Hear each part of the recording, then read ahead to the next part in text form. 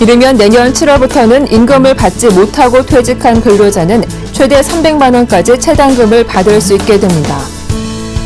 소비자 물가 상승률이 4개월 만에 소폭 반등했지만 1% 초반대 낮은 상승률을 기록했습니다.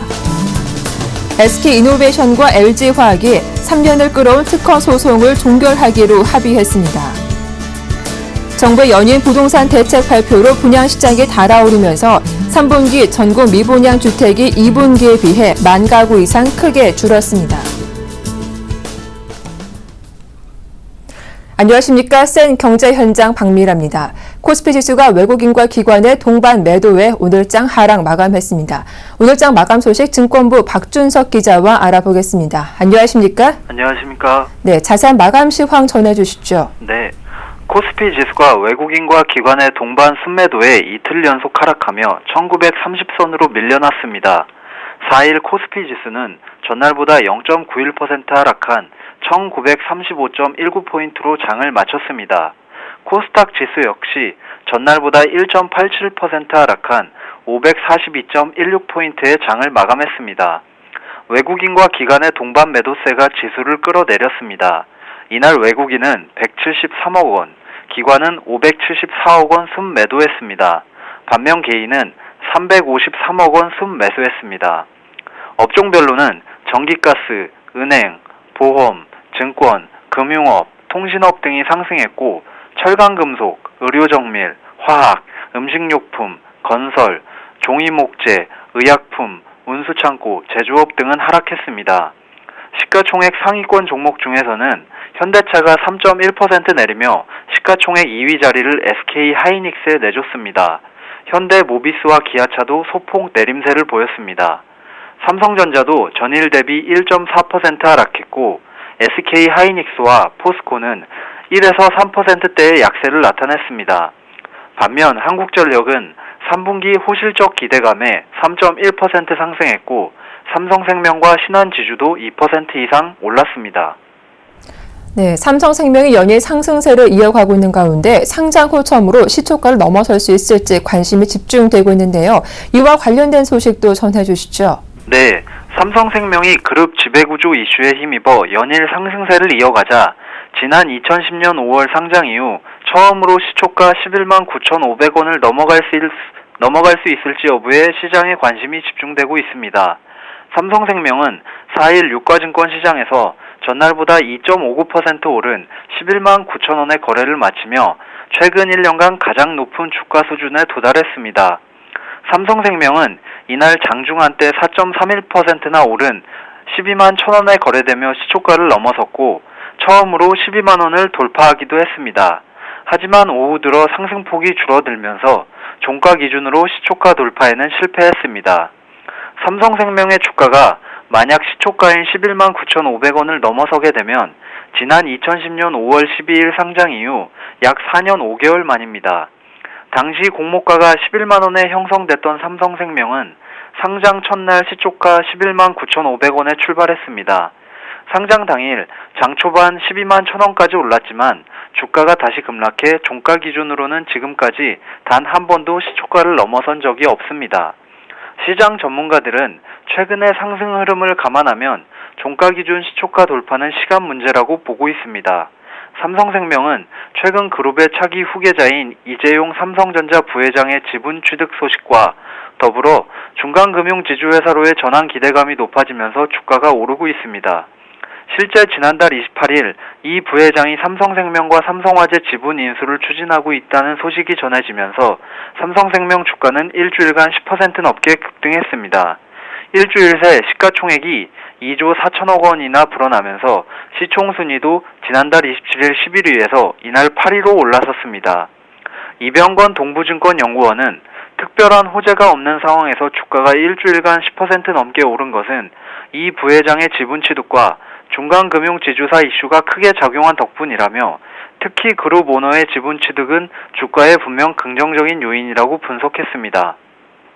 네, 말씀 잘 들었습니다. 지금까지 증권부 박준석 기자와 함께했습니다. 고맙습니다. 감사합니다.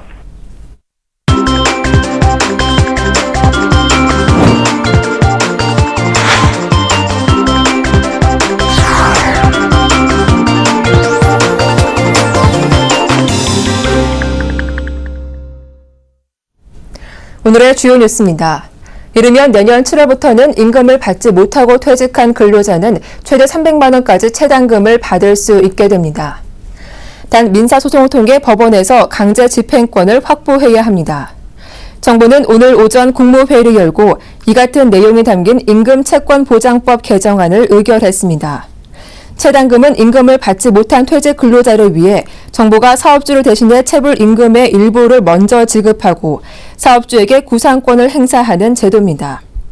지금까지 체당금은 사업주가 재판상 파산이나 회상 절차 개시 결정을 받거나 도산을 인정한 경우에만 지급됐습니다. 이 때문에 체불 근로자 10명 중 8명은 퇴직해도 회사가 도산하지 않았다는 이유로 체당금을 받지 못했습니다. 고용노동부는 제도가 시행되면 4만 1,000명의 근로자들이 약 1,000억 원의 체당금을 받을 수 있을 것으로 보고했습니다. 아울러 기업의 매출 생산이 일시적으로 감소해 임금을 주지 못하는 사업주에게 5천만 원까지 빌려주는 체불 사업주 융자 제도의 적용 대상도 퇴직 근로자 체불 임금뿐만 아니라 재직 근로자의 체불 임금까지 확대됐습니다. 소비자 물가 상승률이 4개월 만에 소폭 반등했지만 1% 초반대의 낮은 상승률을 기록했습니다. 통계청이 발표한 10월 소비자 물가 동향에 따르면 지난달 소비자 물가는 작년 같은 달보다 1.2% 올랐습니다. 소비자 물가 상승률은 5월과 6월 각각 1.7%를 기록했지만 7월에서 9월까지는 하향 곡선을 그렸습니다. 다만 지난달 소폭 반등에도 소비자 물가 상승률은 한국은행의 물가 안정 목표를 여전히 크게 밑도는 수준입니다.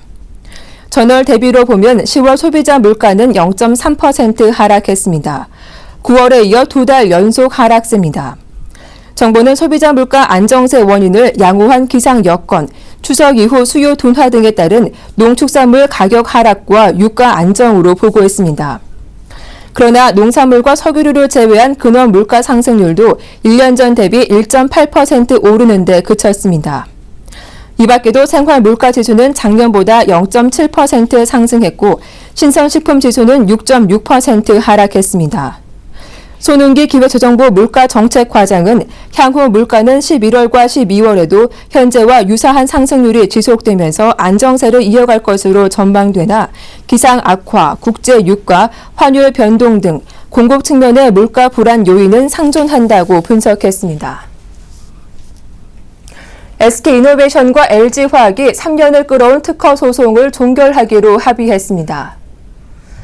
양측은 오늘 각사의 장기적 성장과 발전을 위해 2011년부터 진행해온 세라믹 코팅 분리막 특허와 관련한 모든 소송과 분쟁을 종결하기로 하고 관련 합의서를 체결했다고 밝혔습니다. 이에 따라 두 회사는 각각 특허 심판원과 특허 법원에 계류 중인 특허 무효 심판 등을 모두 취하했습니다.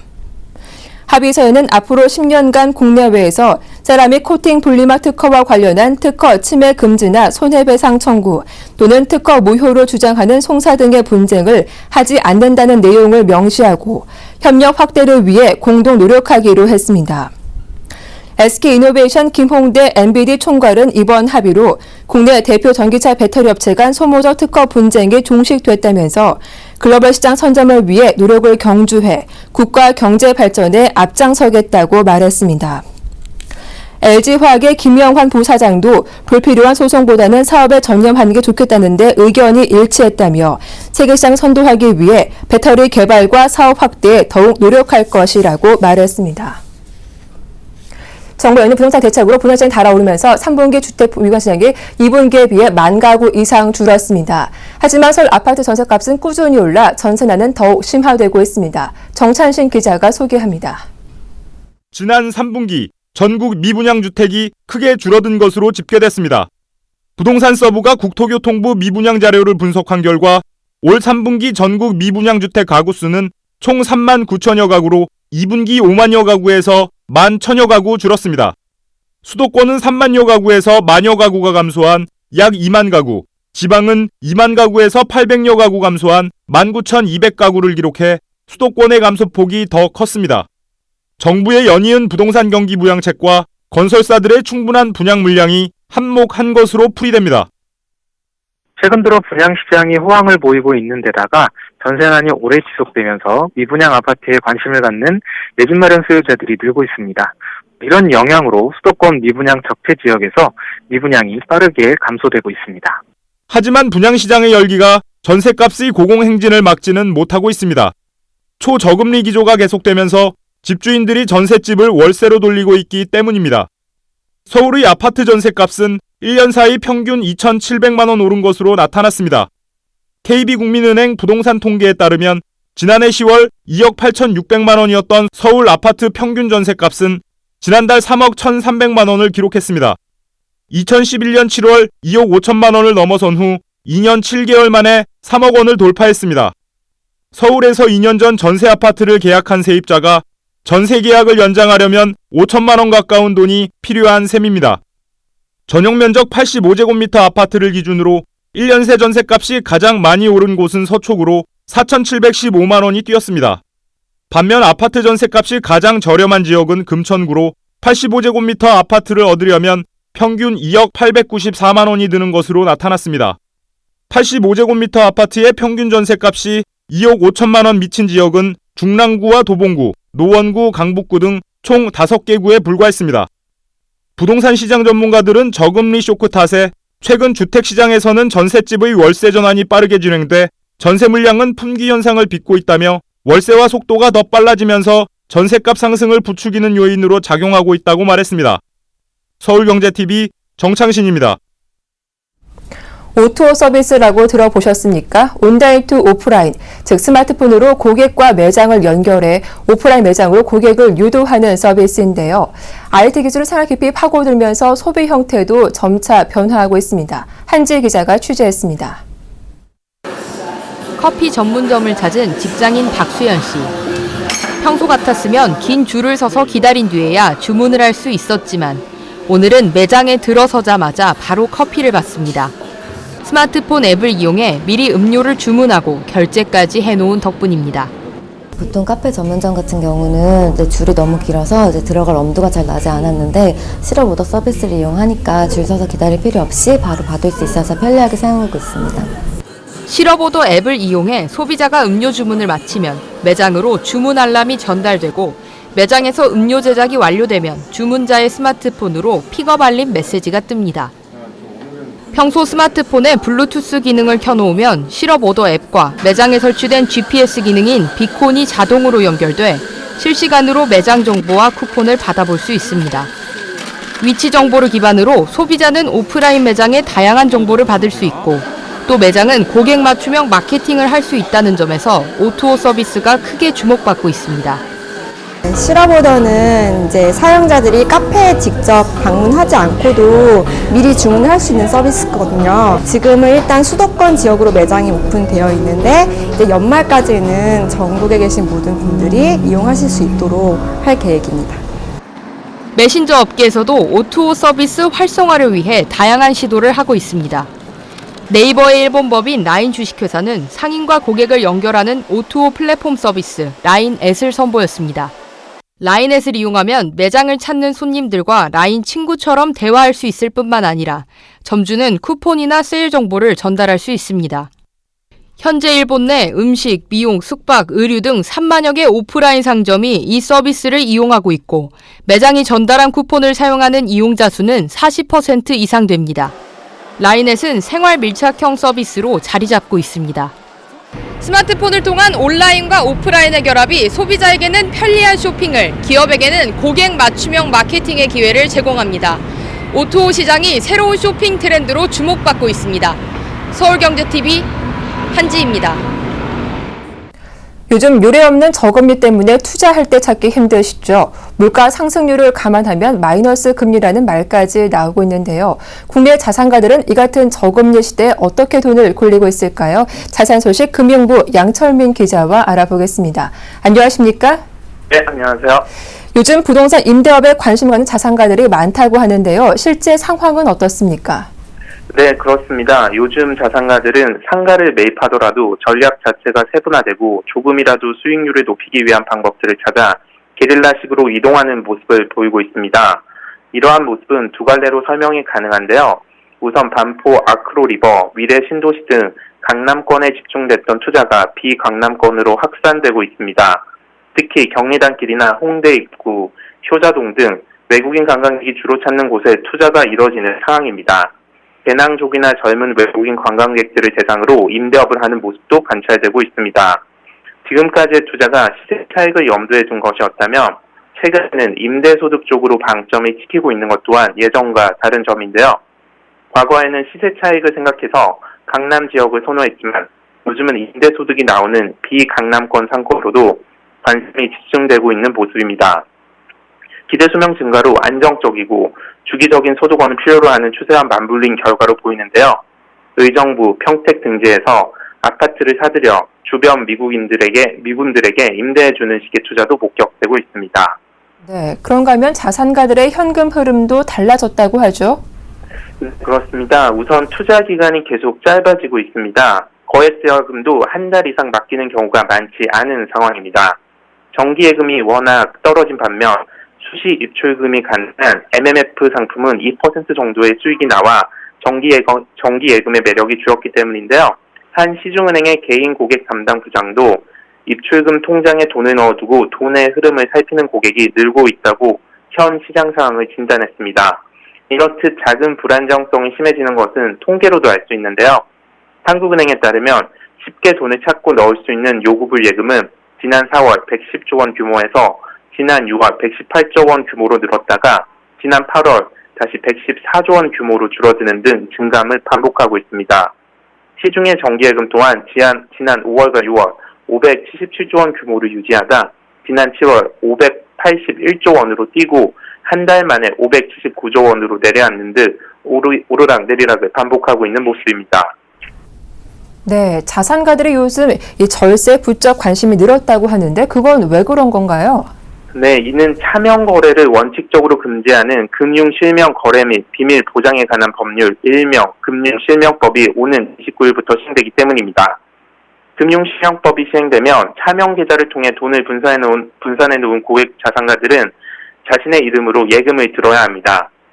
금융실명법을 위반할 경우 받는 처벌 강도가 훨씬 강해진 탓인데요. 금융실명법을 위반하면 5년 이하의 징역 또는 5천만 원 이하의 벌금형을 받습니다. 차명 거래로 인해 얻은 부당이익만큼의 세금을 추징당한 이전과 비교해 처벌 강도가 훨씬 강해진 것인데요. 금융소득 연 2천만 원 이상의 자산가에게 부과되는 금융소득 종합과세를 피하기가 상당히 어려워지는 셈입니다. 이 때문에 자산가들은 자금을 본인 명의로 관리하면서도 절세를 할 수 있는 비과세 상품에 눈길을 주고 있습니다. 우선 저축성 보험의 경우 5년 이상 납입하고 10년 이상 유지하면 발생 이자에 대해 세금을 내지 않아도 돼 관련 문의가 늘고 있습니다. 개인 투자자가 얻은 자본 차익에 대해 세금을 떼지 않는 주식 및 주식형 펀드 상품에 대한 문의도 꾸준한 모습입니다. 금융투자협회에 따르면 지난 9월 초부터 한 달여 동안 국내 주식형 펀드로 유입된 자금이 1조 7천억 원을 넘어서 자산가들의 자금이 주식시장으로 계속 유입되고 있다는 분석도 나오고 있습니다. 네, 오늘 말씀 잘 들었습니다. 지금까지 금융부 양철민 기자와 함께했습니다. 고맙습니다. 네, 감사합니다.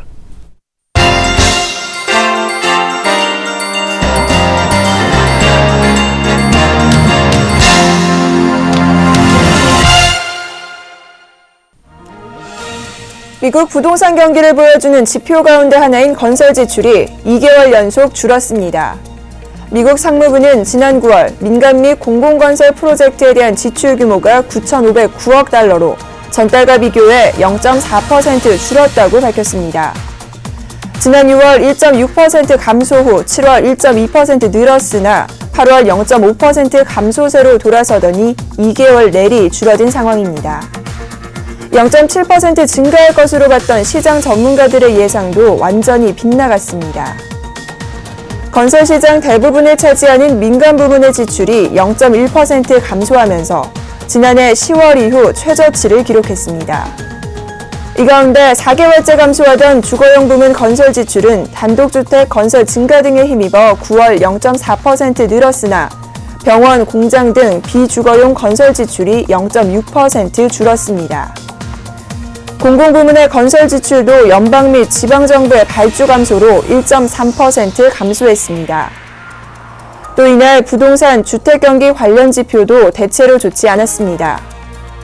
미국 부동산 중개인 협회가 지난달 말 발표한 9월 잠정 주택 매매 지수는 105로 전달보다 0.3% 올랐으나 1% 상승을 점쳤던 시장 기대에는 미치지 못했습니다. 시장 전문가들 사이에서는 집값 오름세 둔화와 기존 주택 공급 증가 등으로 향후 부동산 경기가 점차 살아날 것이라는 관측과 까다로운 대출 조건 등으로 회복에는 다소 시간이 걸릴 것이라는 전망이 엇갈리고 있습니다. 현대기아 자동차그룹은 미국 내에서 연비 과장 논란과 관련해 1억 달러의 벌금을 내기로 미국 환경청과 합의했습니다. 이 가운데 현대차는 5,680만 달러, 기아차는 4,320만 달러의 벌금을 각각 부과받았습니다. 현대기아차는 또 온실가스 규제 차원에서 적립한 포인트 중에서 2억 달러에 해당하는 475만 점을 미국 환경청과 법무부에 의해 삭감당했습니다. 현대기아차는 또 미국 환경청의 권고에 따라 연비 인증 시스템 개선을 위한 연구 개발에 자발적으로 5천만 달러를 투자하기로 했습니다. 이 투자금은 연비 시험과 교육, 인증 등을 위한 독립조직을 신설하고 2015에서 2016년형 모델의 연비 검증 활동을 하는 데 쓰입니다. 현대기아차는 2012년 11월 윈도우 스티커에 연비를 과장해 표기했다는 논란이 제기돼 미국 환경청의 조사를 받아왔습니다. 이에 대해 그동안 현대기아차는 미국 현지에서 판매하는 13개 차종에 대해 연비를 자발적으로 조정한 바 있으나 이는 미국 연비 시험 절차상의 규정 해석과 시험 환경, 방법의 차이로 인해 발생했던 사안이며 법규 위반이 아니다라고 주장해왔습니다. 버락 오바마 미국 대통령의 2기 임기 국정 수행에 대한 중간평가 성격의 상하원 선거가 실시됩니다. 이번 선거에는 임기 6년인 상원의원 100명 중 3분의 1과 보궐선거 대상을 포함한 36명, 임기 2년인 하원의원 435명 전원, 그리고 주지사 50명 가운데 36명을 선출합니다. 백악관과 상원을 민주당이 장악하고 하원은 공화당이 다수의석을 차지하는 등 양당이 권력을 분점한 현재의 정치 지형에서 워싱턴 정가 예측대로 공화당이 선거를 승리로 이끌어 상원 다수당이 되면 8년 전 조지 부시 대통령 2기 임기 후반처럼 명실상부한 여소야대 정국이 형성됩니다. 만약 상원 주인이 바뀌면 공화당은 군사위와 금융위 등 슈퍼A급 상임위원회를 포함한 상임위원장 자리를 모두 빼앗는 반면 소수당으로 전락하는 민주당은 선거 패배에 대한 책임으로 지도부 재편과 의회 내 역학구도 변화가 뒤따를 것으로 예상됩니다. 또 여론 지지율이 40%에 그치는 오바마 대통령은 급속하게 레임덕 현상에 빠지면서 자녀 임기 2년의 국정 운영 수정이 불가피할 것으로 보입니다. 민주당은 바이든 부통령과 힐러리 클린턴 전 국무장관 등 인사들이 모두 나서서 막판 판세 뒤집기에 사활을 걸고 있으며 공화당도 밋 롬니 전 대통령 후보를 비롯한 대권 잠룡들을 대거 동원해 우위 구도 굳히기에 집중하고 있습니다.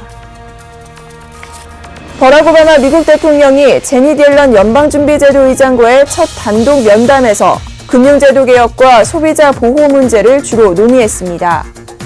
미국 백악관은 오바마 대통령이 대통령 집무실 오벌오피스에서 옐런 의장과 월스트리트 개혁과 소비자보호법 실행 문제를 논의했다고 발표했습니다. 백악관은 이 두 주제가 대공황 이후 가장 광범위한 금융규제 개혁과 미국 역사상 가장 강력한 소비자 보호제도에 관한 것이라고 덧붙였습니다.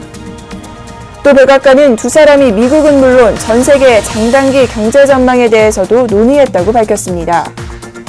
이번 면담이 비공개로 이루어진 탓에 옐런 의장이 금융개혁 방안이나 경제 전망과 관련해 어떤 의견을 제시했는지는 즉각 알려지지 않고 있습니다. 이날 면담은 아시아태평양 경제협력체와 주요 20개국 정상회의 참석을 위한 오바마 대통령의 아시아 지역 순방을 약 일주일 앞둔 시점에 이루어졌습니다. 조시 어니스트 백악관 대변인은 오바마 대통령이 옐런 의장과 만나기 전에 진행된 정례 브리핑에서 대통령과 옐런 의장이 공석인 연준이사 2명의 충원 문제를 논의할 예정이냐는 질문에 전달받은 내용이 없다며 답변을 피했고 아시아 지역 순방에 대해서도 무역 협상에 중요한 진전이 있을 것으로는 기대하지 않고 있다고 밝혔습니다.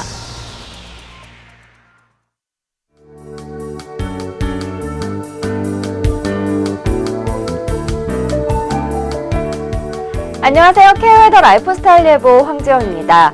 내일 아침은 오늘보다 기온이 오르면서 크게 쌀쌀하진 않겠습니다. 부산은 11도의 아침 기온을 보이겠는데요. 낮에도 오늘과 비슷하거나 더 높은 기온에 따스한 햇살 받으면서 깊어가는 가을 만끽하기 좋은 하루가 예상됩니다. 다만 서울과 경기 북부, 강원 영동에는 건조주의보가 발효 중이니까 산불 등 화재 예방에 신경 쓰셔야겠고요. 아침에는 내륙 지역을 중심으로 안개가 끼는 곳이 있겠고 곳곳에 서리와 얼음이 관측되는 곳이 있겠습니다. 유의하시기 바랍니다. 현재 전국의 고기압권 내에서 가을의 청명한 하늘을 드러내고 있습니다. 내일은 서해상에 위치한 고기압의 영향을 받다가 점차 그 가장자리에 들겠습니다. 자세한 지역별 날씨 나절 예보로 알아보겠습니다. 전국이 맑다가 중서부 지방은 낮부터 구름 많아지겠습니다. 서울 7도에서 18도, 대전 4도에서 17도 분포 예상되고요. 그 밖의 지방은 늦은 오후부터 점차 구름 많아지겠습니다. 광주 6도에서 18도, 대구 6도에서 19도로 오늘보다 오르겠습니다. 강원 영동은 메마른 날씨가 이어지겠고요. 아침 기온 속초, 강릉 8도, 낮 기온 강릉, 울진 19도 예상됩니다. 바다의 물결은 전해상에서 잔잔하게 일겠습니다. 주말에는 동쪽 지역을 중심으로 비 소식이 있는데요. 금요일에는 강원 영동에, 토요일에는 동해안에, 일요일에는 영남과 강원 영동에 비가 내릴 것으로 보이니까 주말 계획 세우실 때 참고하시기 바랍니다. 기상정보였습니다.